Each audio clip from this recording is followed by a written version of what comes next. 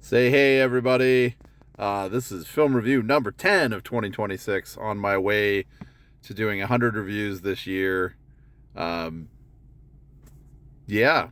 And speaking of goals, it looks like we lost a few members in our little club. So that close to getting 200 on my list of mediocre goals to achieve in 2026. So, in the palm of my hand, been slipped away like sands through the hourglass.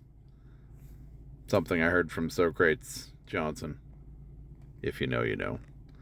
Hey, I just went to see Paul Feig's The Housemaid with Sydney Sweeney and Amanda Seyfried and Brandon Sklenar. I don't know. I saw him in Drop last year, and I really love Drop. So go see my review on Drop if you haven't seen Drop. It was great.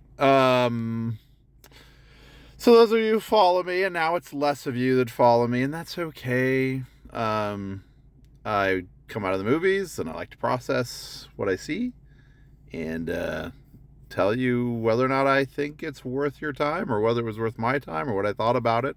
So yeah, I went to see The Housemaid.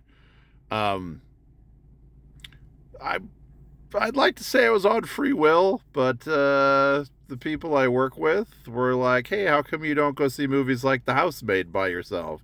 And I think the answer speaks for itself. Like, who wants to be the 48-year-old, almost 49-year-old? Thank you, St. Patrick's Day next month. 48-year-old man sitting in the back of the movie theater watching The Housemaid by yourself. So, fully justified in the sense that just in sitting there, two women came in to watch the movie and paused to give me a look of pity before shaking their heads, laughing at me, and going to sit down the row from me. I mean, I might as well have had a trench coat on. I don't know. I'll tell you though, we had a good old time during the movie, me and those ladies. So we were laughing, we were enjoying the ride together. So I think we're friends now. I think maybe I'm slightly less creepy than they thought I was originally during the trailers. I don't know. So, sorry, jibber jabbering, Housemaid. Um, I gotta tell you, I went in with really low expectations. Hasn't been a banner year for Sydney Sweeney, obviously with stuff, but I did just see Amanda Seyfried in The Testament of Anne Lee, which was incredible. And again, I went in thinking, I don't even know really what this movie's about, but I kind of get it, and I kind of get where it's going. It looks a lot like Hand That Rocks the Cradle with Rebecca De Mornay from the 90s. It looks like any number of what I guess we could call soft-core erotic thriller movies from the 80s and 90s that you could see on late night Cinemax, or like Poison Ivy, or name it, name the film. Basic Instinct, I guess. Yeah, sitting there, I guess what I felt like in the awkwardness of it all was what I might have felt like had I been old enough to see Basic Instinct in 1992. So, but what I'll tell you is I was pleasantly surprised by this film.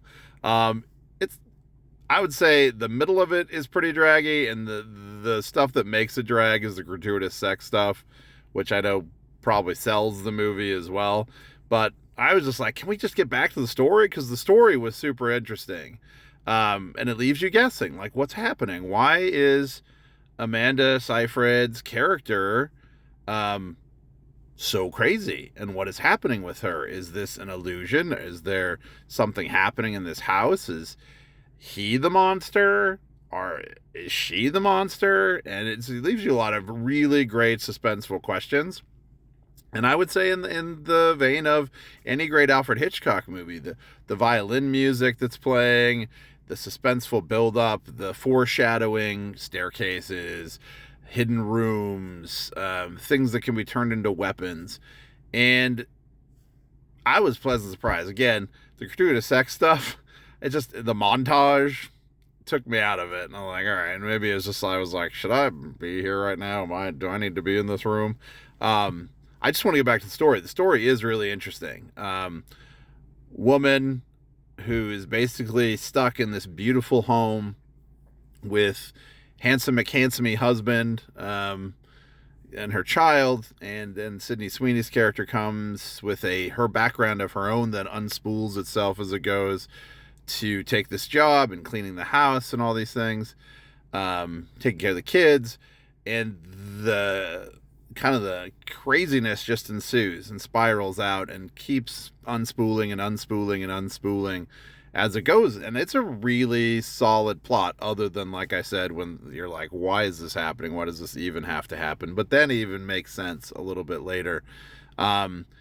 Sydney Sweeney and Amanda Seyfried are having fun in this movie. Like, they are living in these characters, and it's over the top. It's an over the top thriller, given by, I would say, two very powerhouse performances, in what they do. I don't want to give anything away. It captivated me in the sense that I wanted to know more. I wanted to know how it was going to end. It drags on really lengthy because of that middle drag section, and picks up again. And when it picks up again, it goes full force. And there is some level of violence that I saw in Send Help that I thought played out in this one as well. Like, gross out violence that if you like that kind of stuff, you'll be like, yes, me and the ladies, we loved it. Me and the ladies were high-fiving. So it's like, and then special accommodations to Elizabeth Perkins, who plays creepy mom. Ooh, she's a great character in this. And I love Elizabeth Perkins. In Once Upon a Time, interviewed Elizabeth Perkins for a project I was doing. Super nice, super kind, super generous with her time. So talented. And I have, loved her forever, which is why I was so glad to interview her as well.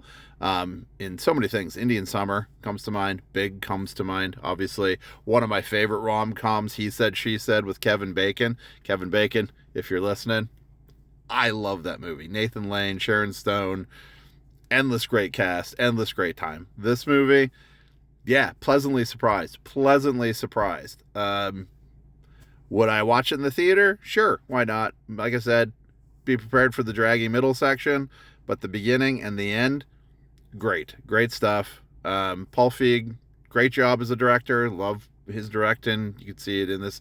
Yeah, and like I said, it's got a lot of Hitchcock camera angles, kind of the zoom in stuff, following the cars. I think it's a great tribute to the thriller genre. Like I said, it just ties itself into the 80s and 90s. Hey, we got to sell this movie as well, so let's throw in some gratuitous nudity and erotica as well and make it like a late night Cinemax movie. But other than that, I was surprised. I liked it. I did. I really liked it. So go see The Housemaid. Tell me what you think. Maybe I'm crazy. But again, 2 thumbs up from me and the ladies sitting next to me. We had a good conversation at the end about how we enjoy this film. I think we're all going out for tea later. So, I don't know. Coffee, tea. We're best friends now. Go see The Housemaid.